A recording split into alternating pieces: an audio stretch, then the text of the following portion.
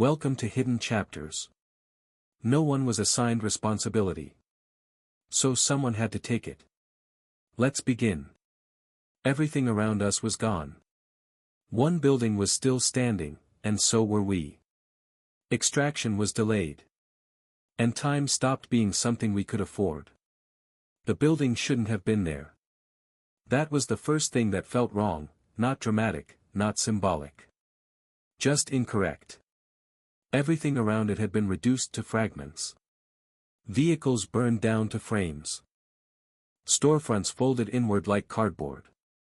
Walls broken into angles that no longer suggested purpose. The street itself barely existed anymore. And then there was the structure. 4 stories of concrete and rebar, scarred but intact. Windows blown out. Facade cracked. Load-bearing columns still standing.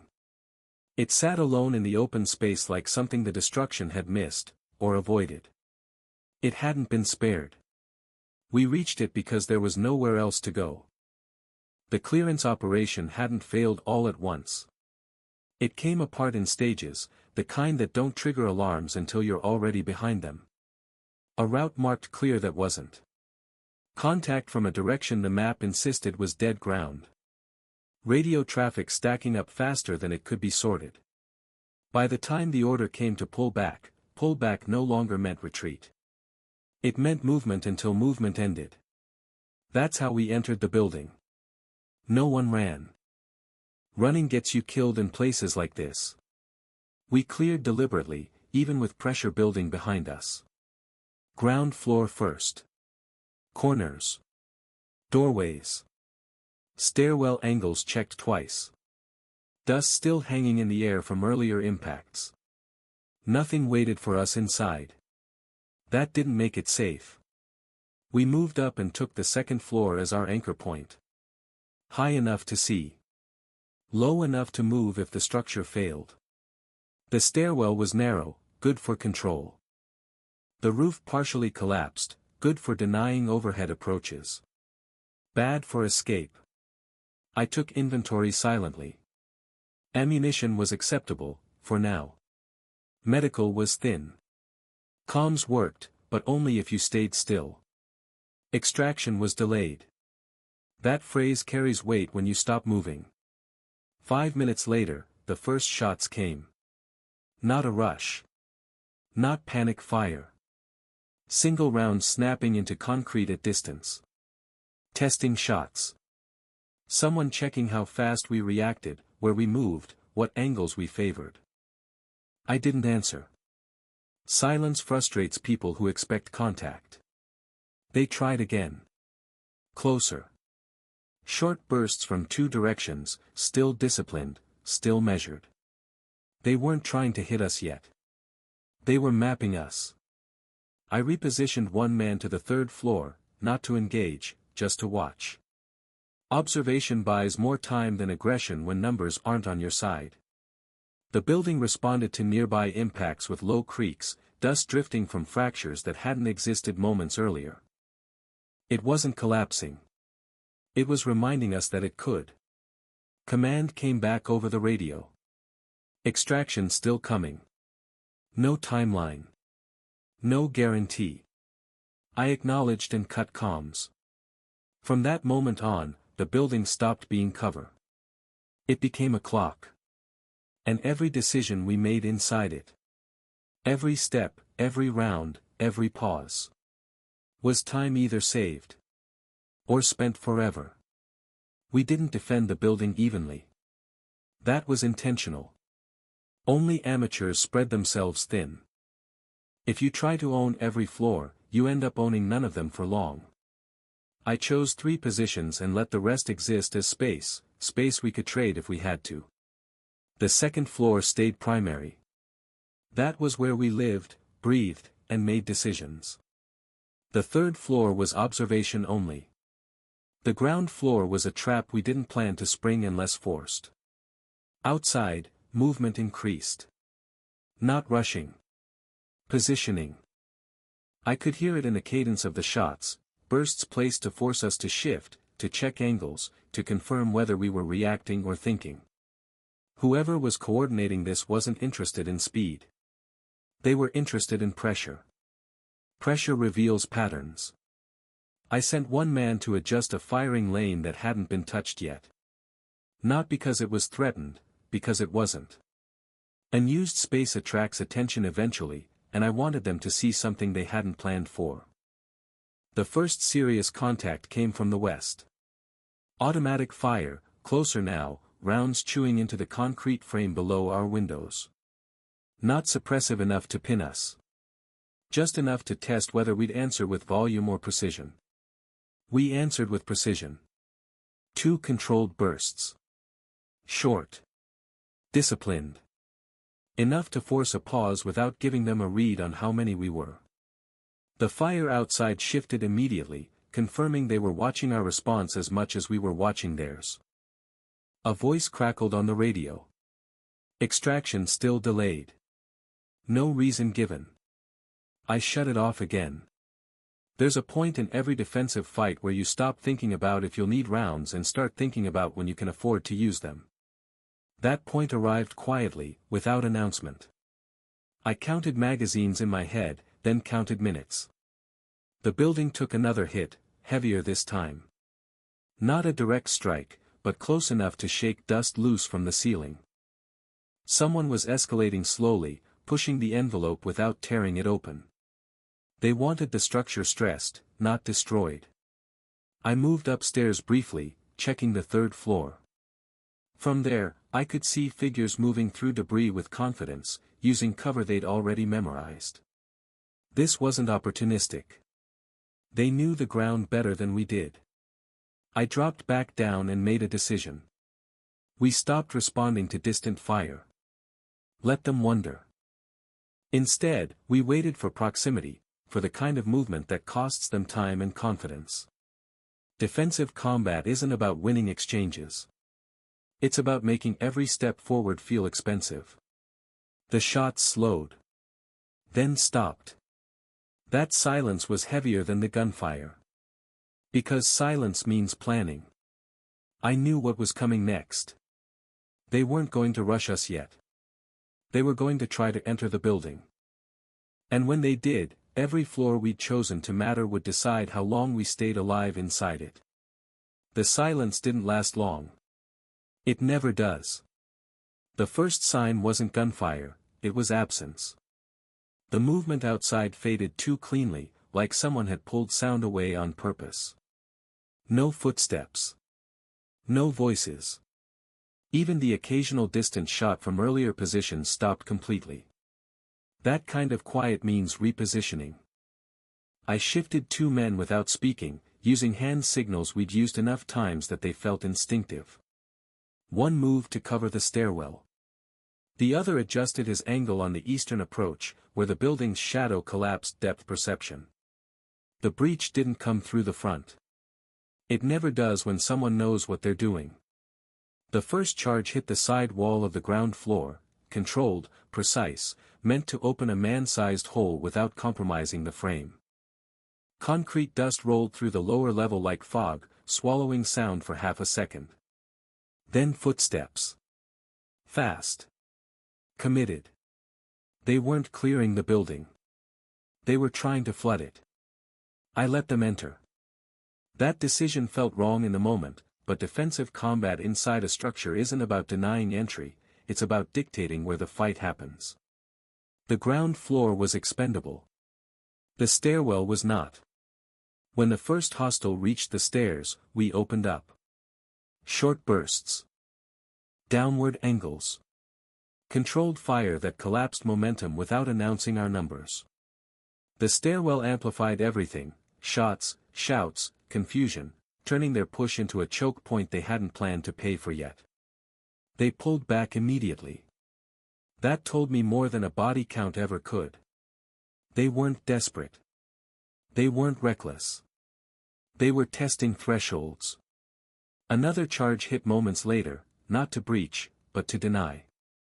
Smoke filled the ground floor, forcing heat and sound upward.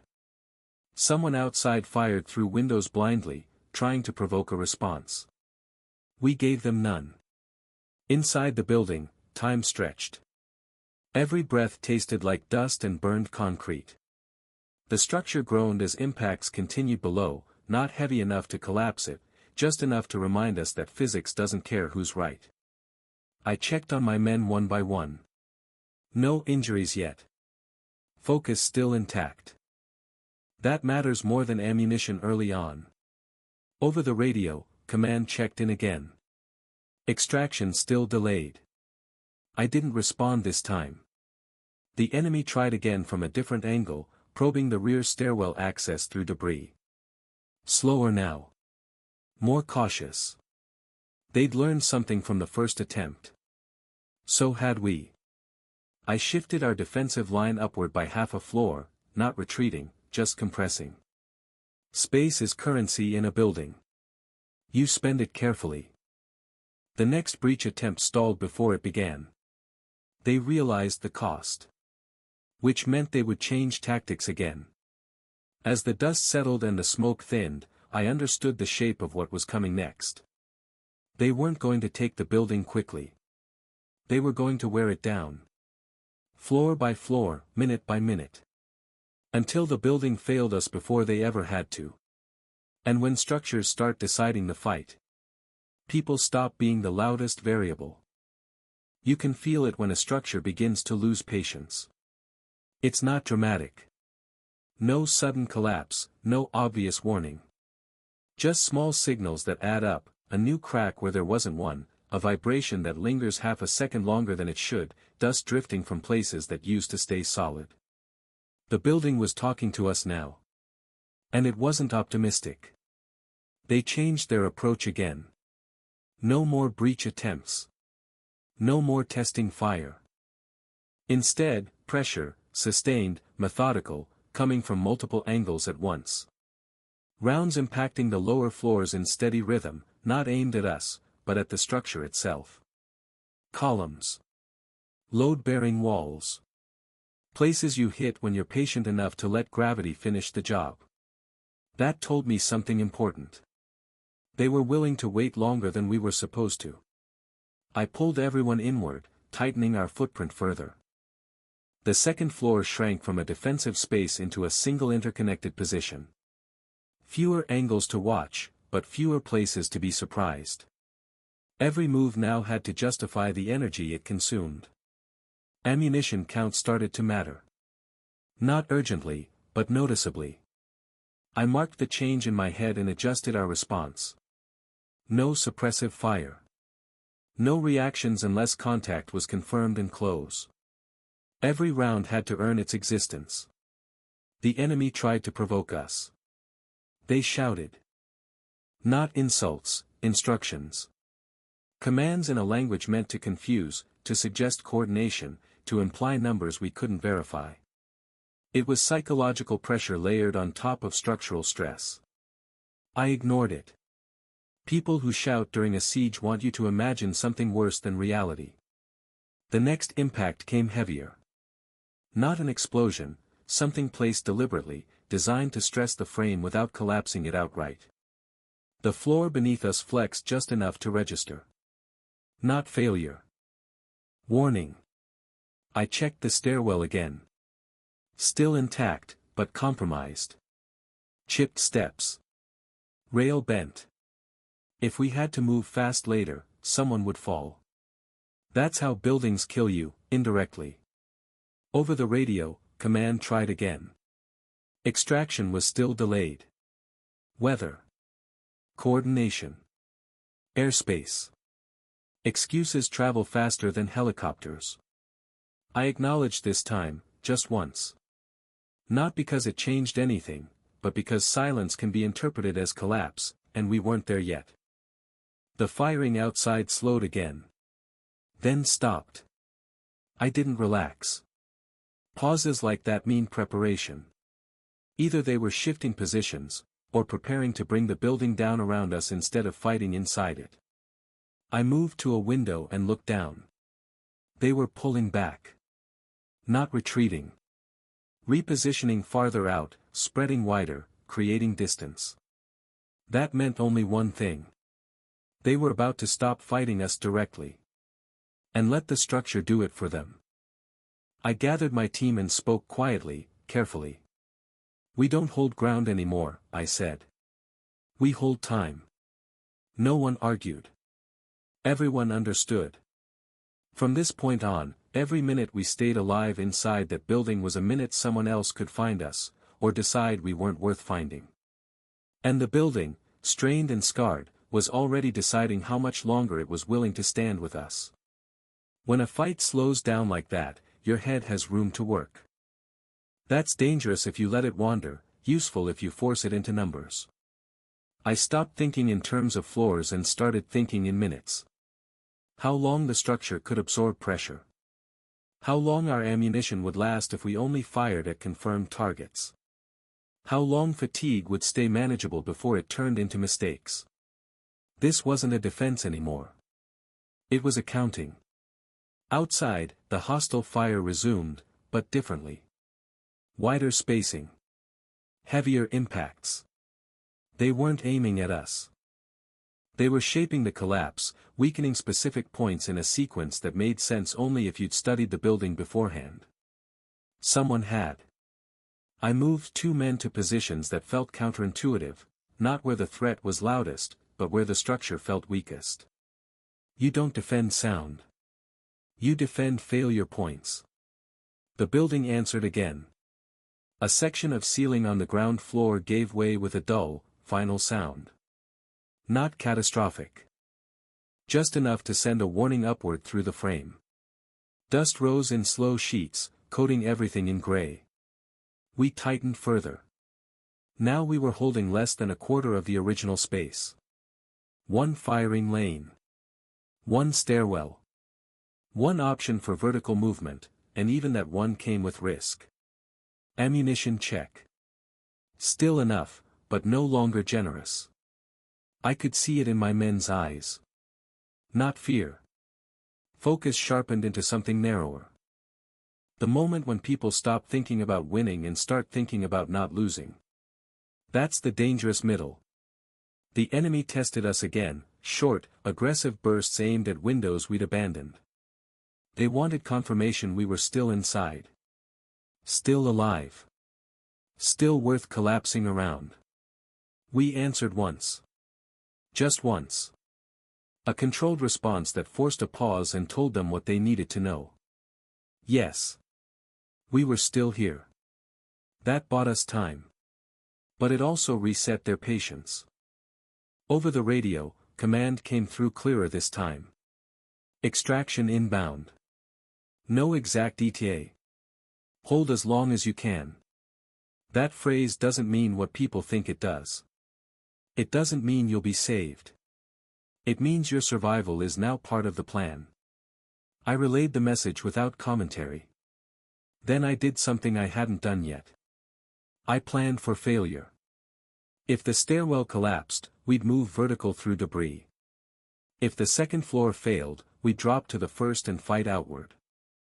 If the structure went entirely, we'd break contact individually, not as a unit. Not heroic. Effective. Outside, the fire slowed again. Then stopped completely. I looked at the building's remaining supports and felt the shift before I heard it. A deeper vibration. A different pressure wave. They weren't firing anymore. They were placing something. That was the moment I understood the real equation. They didn't need to clear the building. They just needed to decide when it stopped existing. And we were now living inside that decision. The pause outside stretched longer than the ones before it. Not empty. Intentional. You learn the difference quickly when you've spent enough time under pressure. Gunfire pauses when people are repositioning. It pauses when they're reassessing. But this pause carried weight, like something had already been decided and was now just being executed. No shots. No voices. No movement we could hear. The building felt heavier, as if it knew what was coming before we did. I moved carefully, pressing a palm against one of the support walls. The vibration wasn't sharp anymore. It was low, constant, a steady hum that traveled through concrete and bone alike. That wasn't weapons fire. That was preparation. They were setting conditions. I signaled for everyone to hold absolute still. No shifting weight. No unnecessary movement. Even breathing felt loud in that moment. When structures are stressed, sound becomes a liability, not because it gives you away, but because it tells the building where to fail. Minutes passed. Then something unexpected happened. The radio came alive. Not command. Not extraction. A short transmission broke through the static, clean, close, and unmistakably not friendly. "Still in there?" a voice asked calmly. No threats. No urgency. Just confirmation. I didn't respond. Responding would have completed the exchange they wanted. Silence forces people to reveal more than words ever do. The voice came again, slightly amused. "You've done well," it said. "Most don't last this long." That told me everything I needed to know. This wasn't an assault force improvising under pressure. This was a coordinated element that had planned for resistance, and built time into their approach. They weren't angry we were still standing. They were impressed. The transmission cut. Immediately after, the building shook, harder than before. A concussive force rolled through the lower floors, not enough to bring the structure down, but enough to make its future undeniable. A support column somewhere below us failed. Not catastrophically. But permanently. I felt the shift in weight as the structure redistributed load. The floor slanted a fraction of a degree, not enough to fall, but enough to notice if you were paying attention. We were running out of borrowed time. I gathered my team close, speaking quietly, forcing calm into my voice. "Extraction is coming," I said. "We're not dying in this building. But it's going to decide how we leave." No one asked questions. They were past that stage. Outside, movement resumed, slow, deliberate. Not a rush. Not a retreat. They were circling wider now, giving the structure room to fail inward without risking themselves. That's when the radio cracked again. This time, command. "Extraction inbound. 2 minutes." 2 minutes is an eternity, or nothing, depending on what's already in motion. I positioned everyone for the final phase. Not to defend. To survive movement. To be ready when standing still became more dangerous than running. The building groaned again, deeper now, like something old being asked to do one last favor. We had outlasted their patience. Now we were racing the structure itself. And structures don't negotiate. 2 minutes sounds short until you're inside them. They don't arrive all at once. They fracture. Seconds stretch, then compress, then disappear entirely. The building made its own time now, answering pressure with small, cruel adjustments that forced us to react without ever fully understanding what it planned next. The floor tilted another fraction. Not enough to throw us off our feet, enough to change how weight traveled. That meant the failure was migrating. Structures don't collapse where you expect. They fail where stress has been redirected too many times.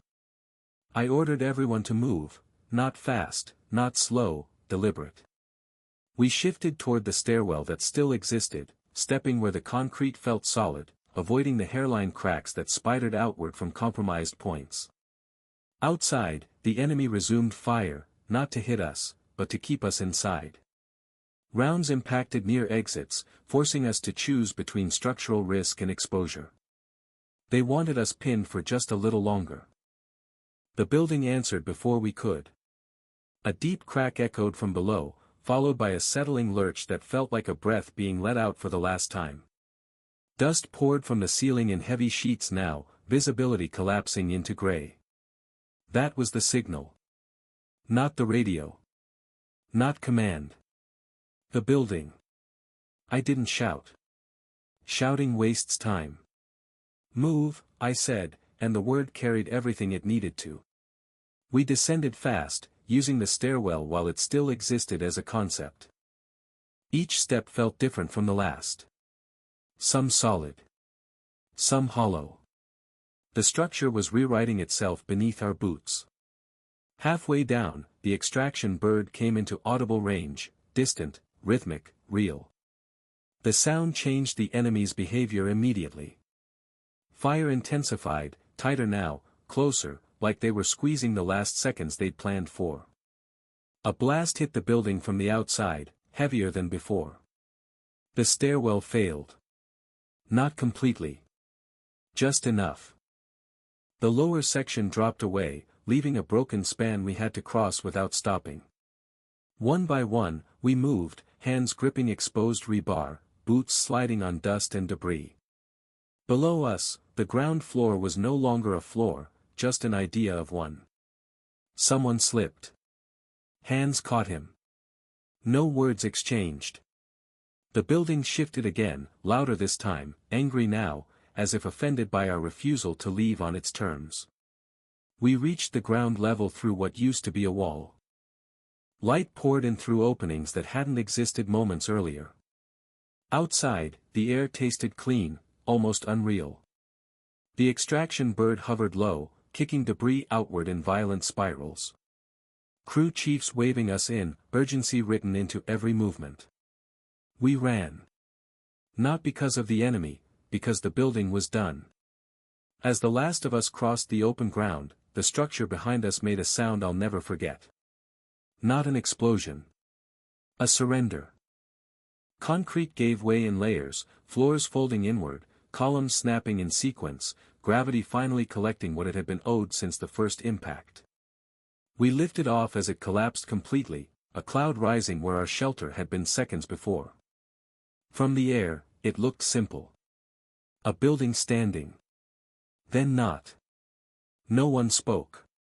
Because we all understood the same thing. That minute, the one where we left, didn't belong to us. It belonged to the building. In the air, everything slowed down. Not because the danger was gone, because distance makes chaos easier to organize. The building collapsed into a shape that could be explained. Dust spread, settled, became a footprint instead of a threat. From above, it looked like a problem that had resolved itself. That's how it would be written. No one spoke on the flight out. Not because we were exhausted, because anything said too early would harden into a version we might regret. Silence, at that moment, felt like the only honest response. Command came on the net and asked for a status check. All personnel accounted for. No fatalities. Minor injuries only. That was true. It just wasn't complete. They asked how long we'd held. I paused before answering, letting the question pass through me.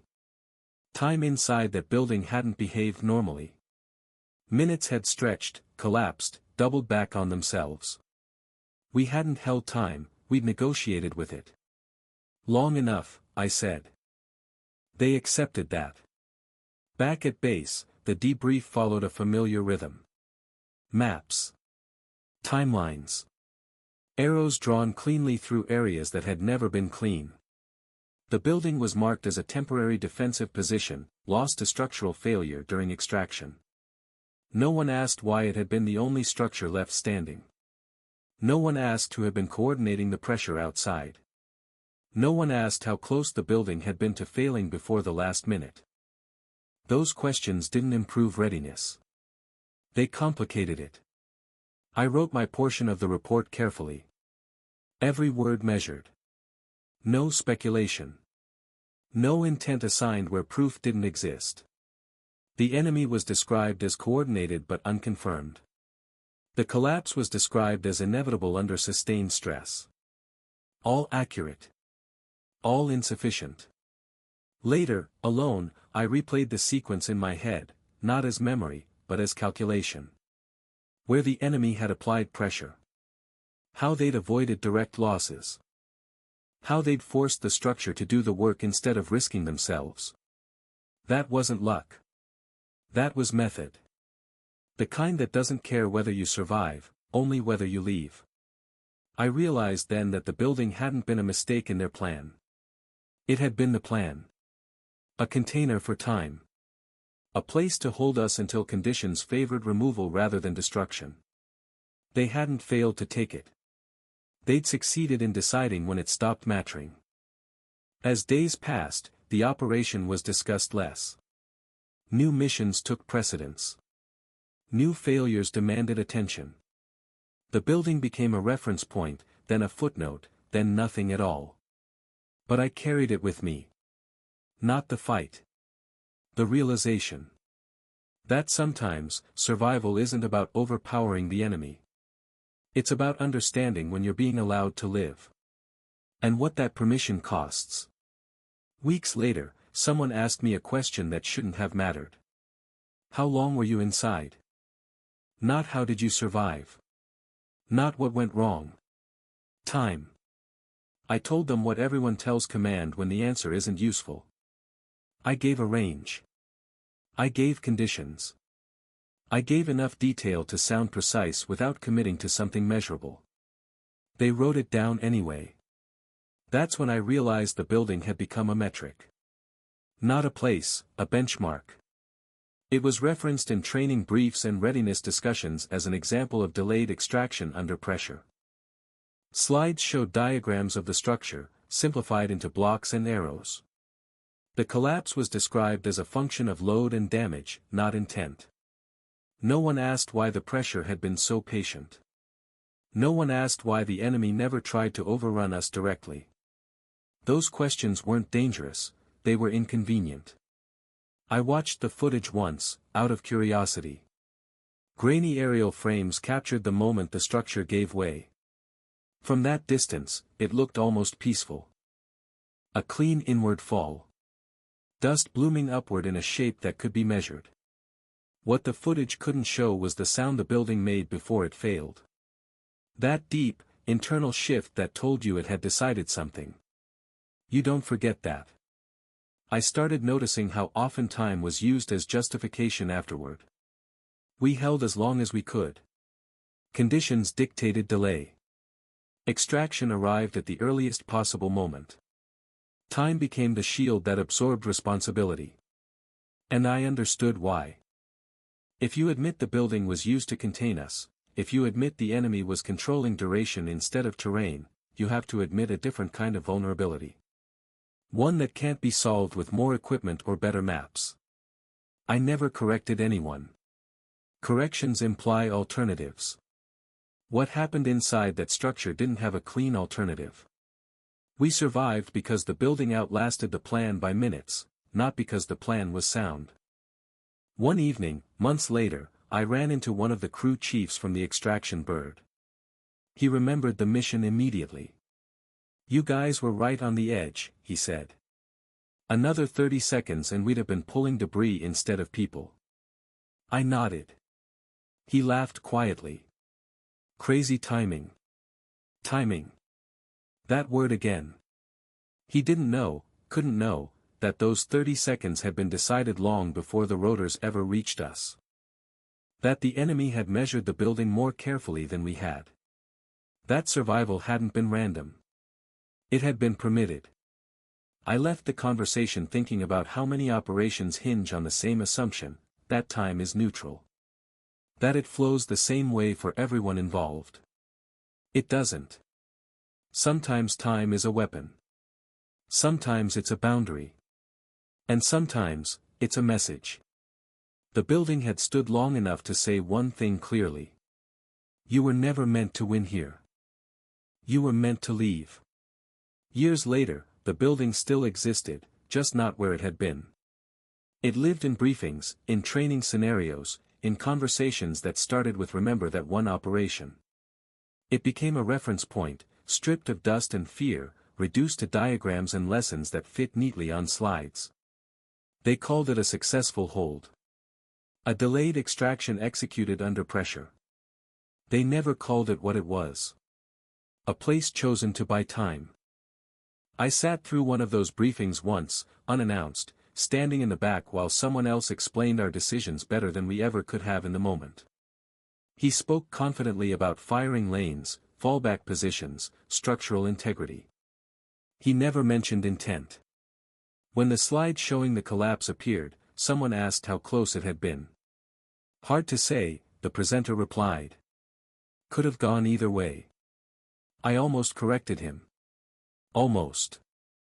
But I understood then that uncertainty was the cleanest ending the system could accept. Anything more precise would have required acknowledging that the enemy hadn't been reacting, they'd been pacing us. Outside the room, life went on as usual. Radios chirped. Vehicles moved. New operations replaced old ones. The building faded further into abstraction. But for those of us who had been inside it, something remained unchanged. We remembered the moment the structure started to fail, not violently, not suddenly, but decisively. The moment we stopped asking how to hold and started asking how to leave without losing anyone. That shift stays with you. Not as fear. As understanding. You realize that survival doesn't always belong to the strongest force, or the better plan. Sometimes it belongs to whoever controls the conditions under which decisions are made. The building had done that for both sides. It held us long enough to be useful. It collapsed quickly enough to erase evidence. It left no question that could be answered cleanly. No one ever confirmed how long we actually held. And that might be the point. Time inside that structure didn't belong to clocks or reports. It belonged to pressure, patience, and the quiet agreement between enemies that escalation wasn't necessary. Sometimes, the most dangerous place isn't where the fighting is hardest. It's where everything seems just stable enough to keep going. Until it isn't. The building was gone. But what it taught us remained. Not how to hold ground. But how to recognize when ground is being held for you. And why leaving at the right moment can be the only victory that matters. Some things hold longer than they should. If this story made you pause, you'll find more on Hidden Chapters. Like the video and subscribe for the next chapter. And if the ground had failed sooner, who would the story belong to?